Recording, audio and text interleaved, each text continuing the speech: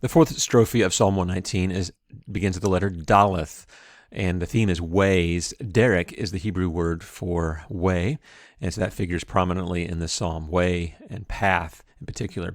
I'm laid low in the dust, preserve me according to your word. There are moments in this psalm where there are laments, and that'll become more intense later on, but here's kind of the first hint of that. I recounted my ways, and you answered me. There's the idea of confession, that perhaps I'm laid low because I have sinned. I recounted my ways, I confessed, you answered me, teach me your decrees. Let me understand your teaching, I will meditate on your wonders. This is a great prayer for a student. Let me understand the teaching of your precepts. My soul is weary and with sorrow, strengthen me. Again, that idea, laid low and weary, sorrow. Keep me from deceitful ways, be gracious to me through your law. Notice the use of the word ways here, the key word here. I recounted my ways, keep me from deceitful ways. I've chosen the way. So there's something of a progression here as we move through these three references to way. I've chosen the way of truth, and I have set my heart. There's that delight that carries over from the previous strophes. I hold fast to your statutes, O Lord, do not let me be put to shame. I run in the path of your commands, for you have set my heart free, or enlarged my heart, literally. And I love this promise in verse 32, that the path of God is one of freedom. Oftentimes people think of the law as being burdensome. These are rules and regulations that restrict and confine me. But the psalmist will say here and other places, it is a freedom. Running in the paths of your commands is a freedom. As a runner, I'd much rather run on a path than I would through a thicket, through the thorns and the briars and the underbrush. And that's the sense of this, that God has a path, He has a way that He has cleared for us, that may not be always the easy way, but it is straightforward, it is solid, it is dependable. It may be difficult, but it is the path of freedom. So I think it's very important to remember that when we think about the law. It's not meant to be a burden and restrictive, but it is meant to enable us to live the way that we were designed to live. God is a maker and a designer, and the Bible is the instruction manual on how to live within His design. And so there's incredible freedom that we experience when we are running in His paths.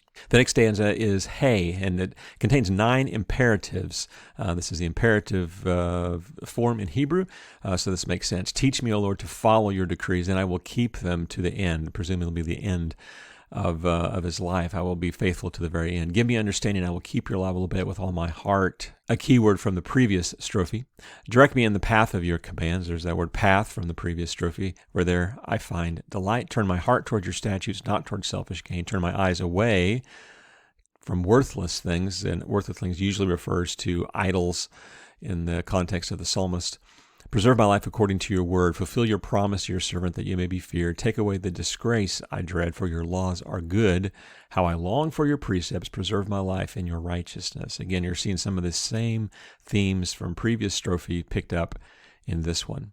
Vav. Vav in Hebrew is the word and. It starts with the letter Vav. That's its most common use, is to precede a word in the form of that conjunction and. May your unfailing love come to me, your salvation according to your promise. Then I will answer the one who taunts me, for I trust in your word. A key idea here is witness or testifying, and you will see that a bit. And here's the first example of that. I will answer the one who taunts me. I will witness. I will speak. Do not snatch the word of truth from my mouth, for I put my hope in your laws. I will always obey your law forever and ever. Echoes of the previous strophe to the end. I will keep them to the end. I walk about in freedom, for I've sought out your precepts. Again, that idea of running in the path of God's commands, or living in freedom because of them. I will speak of your statutes before kings and will not be put to shame. There's that idea of witness, testifying. For I delight in your commands because I love them. The love of God's commands is actually mentioned more in the Psalms than the love that the psalmist has for God.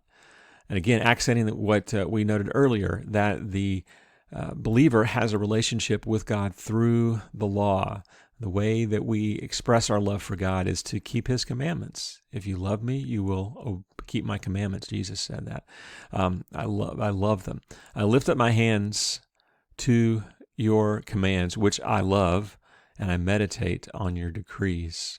And so the object of the psalmist's affection is the commands of God, not that he loves keeping, rule keeping, rule following, but the commands are the revelation of God.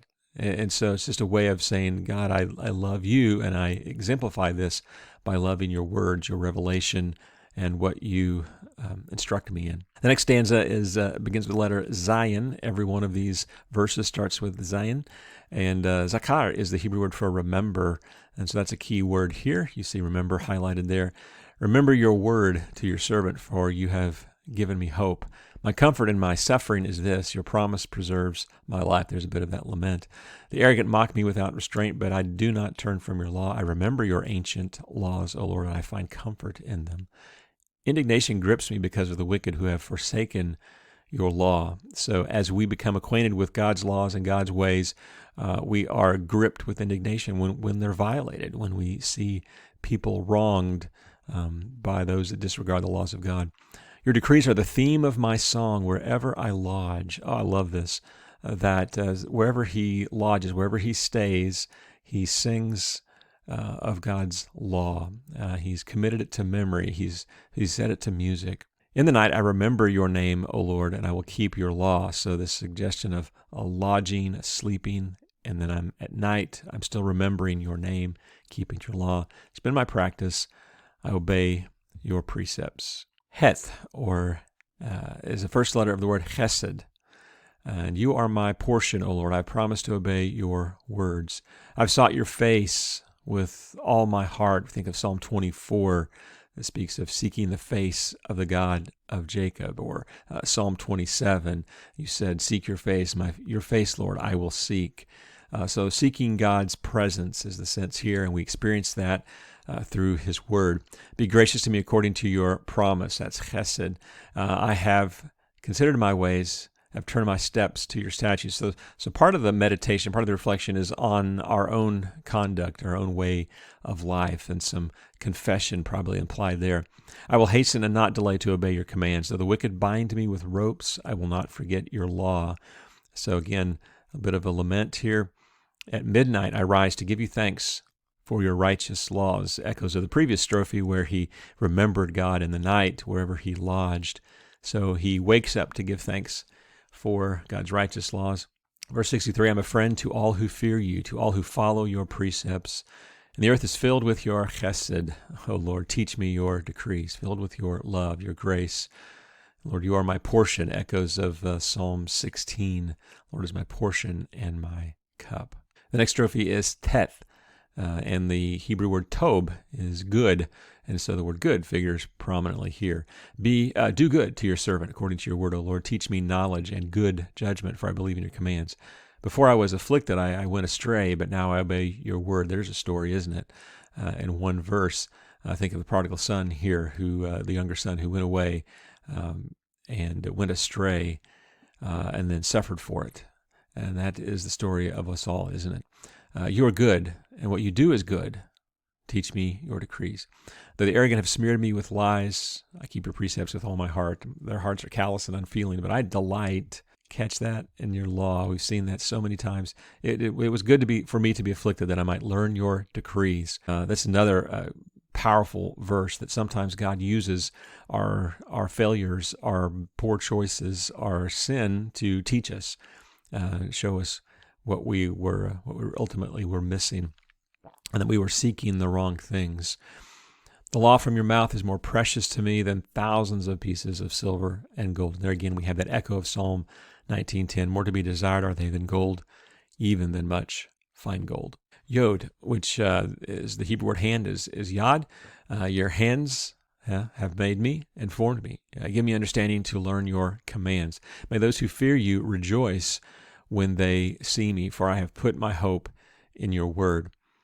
I know, O Lord, that your laws are righteous, and in faithfulness you have afflicted me. So another key verse there, that understanding that God is sovereign, and even when we are afflicted, God is still faithful. In faithfulness you have afflicted me.